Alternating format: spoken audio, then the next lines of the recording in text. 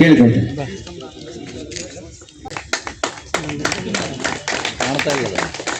ಇದನ್ನ ಎಲ್ಲ ಕಚೇರಿಗಳ ದುರಂತಗಳಲ್ಲಿ ಜೀವ ಉಳಿಯುವ ಚಾಲನೆಯಲ್ಲಿ ಹೆಲ್ಮೆಟ್ ಅನ್ನು ಧರಿಸೋಣ. ಅವರಿಗೆ ಒಂದ್ಸಾರಿ ಜೋರಾಗಿ ಚಪ್ಪಾಳೆ ತಟ್ಟುವ ಮೂಲಕ ತಮ್ಮೆಲ್ಲರ ಪರವಾಗಿ ಹಾಗೂ ಸುಜುಕಿ ಶೋರೂಮ್ನ ಮಾಲೀಕರಾದಂಥ ಶ್ರೀಧರ್ ಅವರು ಸುಮಾರು 3 ಸ್ವೀಕಾರ ಮಾಡಬೇಕು. ಸೀದಾ ಸ್ವೀಕಾರ ಮಾಡಿದ್ರು ಯಾರೆಲ್ಲ ನೀವು ಬಂದು ನಿಮ್ಮ ಬೈಕನ್ನ ಇದಾದ ತಕ್ಷಣ ಚಾಲನೆ ದೊರೀತದೆ.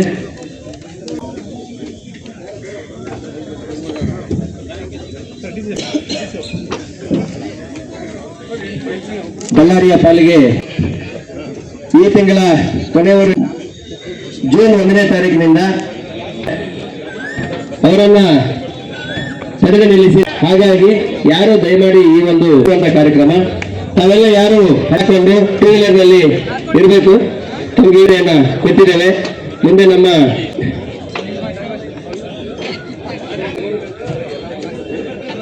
ನಿಮಗೆ ಕೇಳ್ಕೊಳ್ತಾ ಇದೆ. ಬನ್ನಿ, ನಿಮ್ಗೆ ಆಲ್ರೆಡಿ 2 ಬಾರಿ ಕೊಟ್ಟಿದೆಯಪ್ಪ ಹೆಲ್ಮೆಟ್, ನಿಮಗೇನಿಲ್ಲ ಉಚಿತ.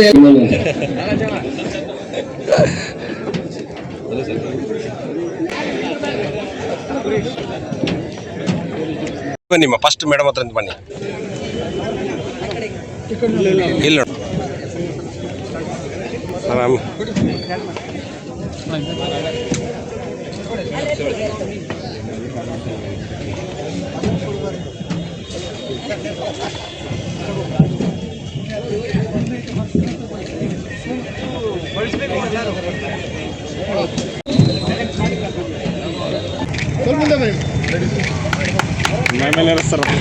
ಭಾಗಿಯಾಗಿ ಚಾಲನೆ ನೀಡಿದಂಥ ಎಲ್ಲ ಅಧಿಕಾರಿಗಳಿಗೆ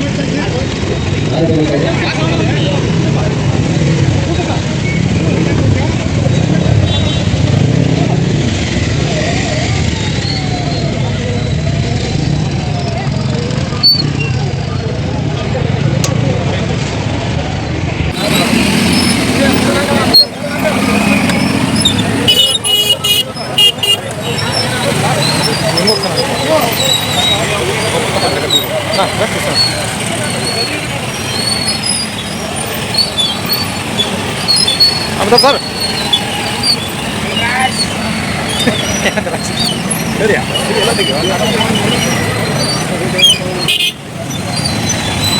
ಸರ್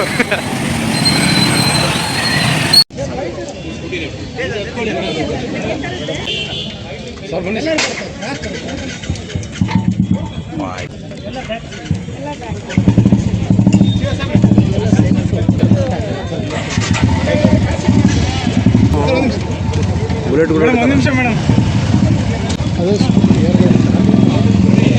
ಹೆಲ್ಮೆಟ್ ಜಾಗೃತಿ ಹಾಗೂ ಬೈಕ್ ರ್ಯಾಲಿಯನ್ನ ಬಳ್ಳಾರಿ ಜಿಲ್ಲಾ ಪೊಲೀಸ್ ವತಿಯಿಂದ ನಾವು ಹಮ್ಮಿಕೊಂಡಿದ್ದೇವೆ. ಈ ಕಾರ್ಯಕ್ರಮಕ್ಕೆ ಆಗಮಿಸಿರುವಂತಹ ಎಲ್ಲ ಗಣ್ಯಮಾನ್ಯರಿಗೆ ನಮ್ಮ ಮಾನ್ಯ DC ಸರ್, CEO, ನಮ್ಮ DLSA ಮೆಂಬರ್ ಸೆಕ್ರೆಟರಿ ಹಾಗೂ ಬಾರ್ ಅಸೋಸಿಯೇಷನ್ ಅಧ್ಯಕ್ಷರು ಹಾಗೂ ಇಲ್ಲಿ ನೆರೆದಿರುವಂಥ ಎಲ್ಲ ಅಧಿಕಾರಿ ಸಿಬ್ಬಂದಿ ವರ್ಗದವರು, ಮೀಡಿಯಾ ಮಾಧ್ಯಮದವರು ಹಾಗೂ ಬಳ್ಳಾರಿ ಜನತೆಗೆ ನಾನು ಮತ್ತೊಮ್ಮೆ ಸ್ವಾಗತವನ್ನು ಕೋರ್ತಾ, ಈ ಒಂದು ಕಾರ್ಯಕ್ರಮ ಇಲ್ಲಿಗೆ ಮಾತ್ರ ಸೀಮಿತ ಆಗಬಾರ್ದು. ಇಡೀ ಬಳ್ಳಾರಿ ಜಿಲ್ಲೆಯಲ್ಲಿ ಹೆಲ್ಮೆಟ್ ಬಗ್ಗೆ ಒಂದು ಜಾಗೃತಿ ಮೂಡಬೇಕು.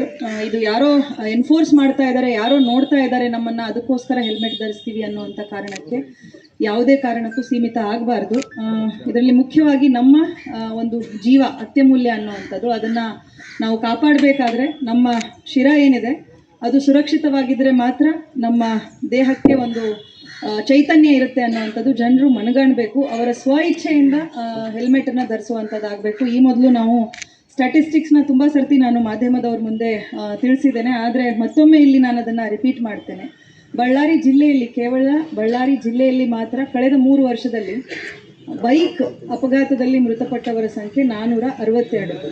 23ರಿಂದ ನಾನು ಸಂಖ್ಯೆ ತಗೊಂಡ್ರೆ 23ರಿಂದ 26 ಏಪ್ರಿಲ್ವರೆಗೆ 462 ಜನ ಮೃತಪಟ್ಟಿದ್ದಾರೆ. ಆನ್ ಆ್ಯಾವ್ರೇಜ್ 2 ದಿನಕ್ಕೆ 1 ಡೆತ್ ಆಗ್ತಾ ಇದೆ ಅನ್ನುವಂಥದ್ದು. 150 ಜನ 1 ವರ್ಷದಲ್ಲಿ ಮೃತಪಡ್ತಾ ಇರುವಂಥದ್ದು. 1 ವರ್ಷದಲ್ಲಿ ನೀವು 365 ದಿನ ತಗೊಂಡ್ರೆ 2 ದಿನಕ್ಕೆ 1 ಸಾವು ಬೈಕ್ ಅಪಘಾತದಲ್ಲಿ ಆಗ್ತಾ ಇರುವಂಥದ್ದು. ಇದು ಯಾವುದೇ ಒಂದು ನಾವು ಸಾಧನೆ ಮಾಡ್ತಾ ಇದ್ದೀವಿ, ನಾವೇನೋ ಒಂದು ಪ್ರಯತ್ನಶೀಲರಾಗಿದ್ದೀವಿ, ಆ ಒಂದು ಸಂದರ್ಭದಲ್ಲಿ ಜೀವ ಕಳ್ಕೊಂಡಿದ್ದೀವಿ ಅನ್ನುವಂಥದ್ದಲ್ಲ. ಇದು ವಿನಾಕಾರಣ ಹೋಗುವಂಥ ಜೀವಗಳು, ಯಾವುದೇ ಒಂದು ಸ್ಟ್ರಾಂಗ್ ರೀಸನ್ ಇಲ್ಲದೆ ಇರುವಂಥ ಹೋಗುವಂಥ ಜೀವಗಳು. ಇದನ್ನು ಕಾಪಾಡ್ಕೊಳ್ಬೇಕಾದ್ರೆ ಒಂದು ಸಣ್ಣ ಇನ್ವೆಸ್ಟ್ಮೆಂಟ್ ನಮ್ಮದು ಹೆಲ್ಮೆಟ್ಗೋಸ್ಕರ ಆಗಿಬಿಟ್ರೆ ಸಫಿಷಿಯೆಂಟ್ ಆಗುತ್ತೆ. ಯಾರು ನೋಡ್ತಿದ್ದಾರೆ ಅಂತ ಮಾಡೋದ್ರ ಬದಲು ತಮಗೋಸ್ಕರ ತಮ್ಮ ಫ್ಯಾಮಿಲಿಗೋಸ್ಕರ ಜನರು ಹೆಲ್ಮೆಟನ್ನು ಧರಿಸಬೇಕು. ಇಲ್ಲಿ ಈಗಾಗಲೇ ಅನೌನ್ಸ್ ಮಾಡುವಾಗ ಹೇಳಿದ್ರು, ಎಕ್ಸೆಂಪ್ಷನ್ ಅನ್ನುವಂಥದ್ದು ಯಾವ ಜಿಲ್ಲೆಗೂ ಇಲ್ಲ. ಸೆಕೆ ಇದೆ ಅನ್ನುವಂಥದ್ದು ನಾವು ನಮಗೆ ಕೊಟ್ಕೊಳ್ಳೋ ಅಂಥ ಕಾರಣ ಮಾತ್ರ. ಹೆಲ್ಮೆಟ್ ಹಾಕ್ಕೊಂಡು ನಾವು ಮೊನ್ನೆ ಒಂದು ಇನ್ಸ್ಟೆನ್ಸ್ ನಾನು ಹೇಳಲಿಕ್ಕೆ ಇಷ್ಟಪಡ್ತೇನೆ ಸರ್. ಒಂದು ಫಿಟ್ಸ್ ಬಂದು ಟ್ರಾಫಿಕ್ ಲಿಮಿಟ್ಸಲ್ಲಿ ಇಲ್ಲೇ ಸ್ಲೋ ಸ್ಪೀಡಲ್ಲಿ ಹೋಗ್ತಾ ಇದ್ದಂಥ ವ್ಯಕ್ತಿ ಹೋಗುವಾಗಲೇ ಫಿಟ್ಸ್ ಬಂದು ಅವನು ವೆಹಿಕಲ್ ಬಿದ್ದುಬಿಡುತ್ತೆ.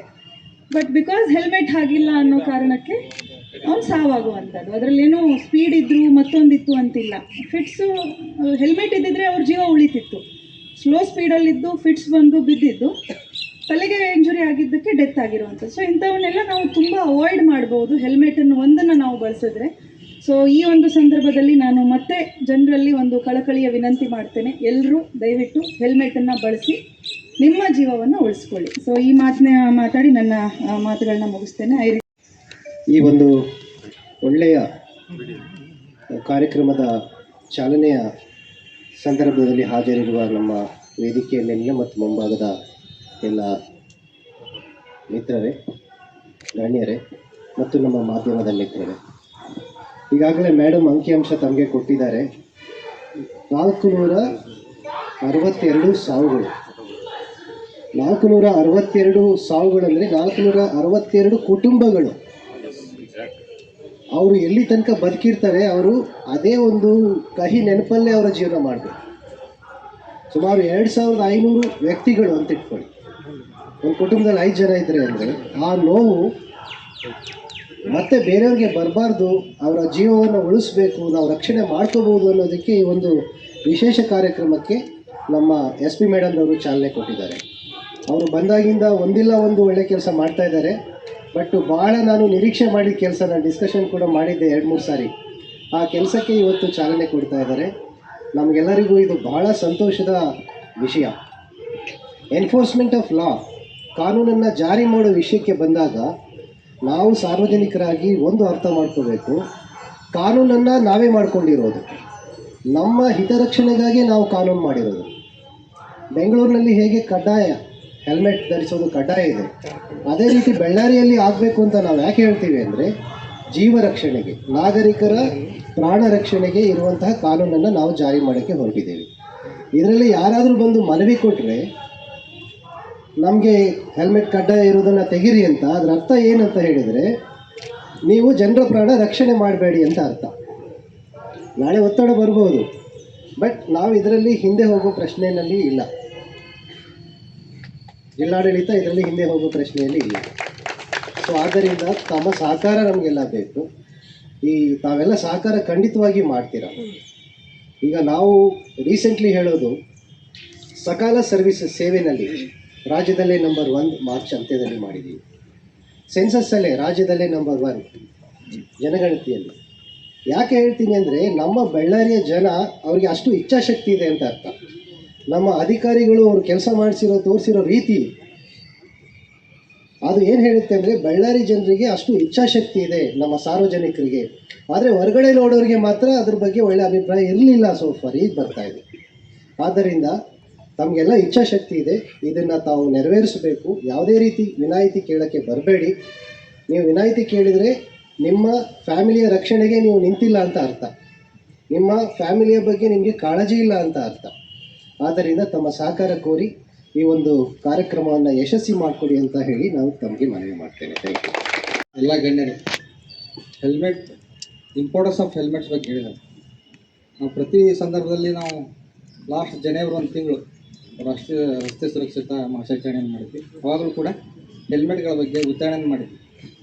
ಅವಾಗ ಹೇಳ್ತಾ ಇದ್ದೀವಿ, ನಾವು ಒಂದು 10,000 ರೂಪಾಯಿ ಮೊಬೈಲ್ ತೊಗೊಂಡ್ರೆ ಫಸ್ಟ್ ಏನು ಹಾಕಿಸ್ತೀರಿ ನೀವು?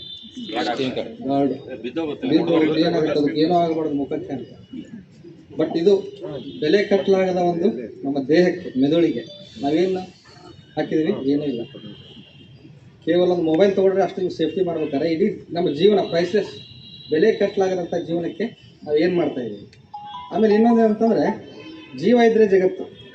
ಈಗ ನಾವು ಇವತ್ತು ಜನರು ಜೀವಂತ ಇದೀವಿ ಅಂತ ಇದೆಲ್ಲ ನಮ್ಗೆ ಜಗತ್ತು ಜೀವಂತ ಇದೆ. ಬಟ್ ನಾವೇ ಇಲ್ಲ ಅಂದರೆ ಅವ್ರ ಫ್ಯಾಮಿಲಿ ಮೆಂಬರ್ಸ್ ಇರ್ತೀವಿ. ಈಗಾಗಲೇ ಮತ್ತೆ ಹೇಳಿದಾಗೆ ಫೆಟಲ್ ಆಕ್ಸಿಡೆಂಟ್ ಆದರೆ ವರ್ಷಾನುಗಟ್ಟಲೆ ಅವ್ರ ಪರಿಸ್ಥಿತಿ. ಆ ನಿಟ್ಟಿನಲ್ಲಿ SP ಮೇಡಮ್ ಅವರು ಒಂದು ಒಳ್ಳೆಯ ನಿರ್ಧಾರವನ್ನು ತೊಗೊಂಡಿದ್ದಾರೆ. ಇದು ನಾಳೆಯಿಂದನೇ ಅಥವಾ ಈ ಮಂತ್ ಆದ ನಂತರ ಜೂನ್ 1ರಿಂದ ಅಂತ ಹೇಳ್ತಾ ಇದ್ದಾರೆ ಮೇಡಮ್. ಇದು ಕಡ್ಡಾಯವಾಗಿ ಎಲ್ಲರೂ ಪಾಲಿಸೋಣ. ಆಮೇಲೆ ಜೀವಗಳನ್ನು ಉಳಿಸೋಣ, ನಮ್ಮವ್ರನ್ನ ಉಳಿಸೋಣ, ನಮ್ಮ ಕುಟುಂಬದವ್ರನ್ನ ಉಳಿಸೋಣ, ನಮ್ಮ ಸ್ನೇಹಿತರನ್ನ ಉಳಿಸೋಣ ಅಂತ ಈ ಸಂದರ್ಭದಲ್ಲಿ ನಾನು ಹೇಳ್ತೀನಿ.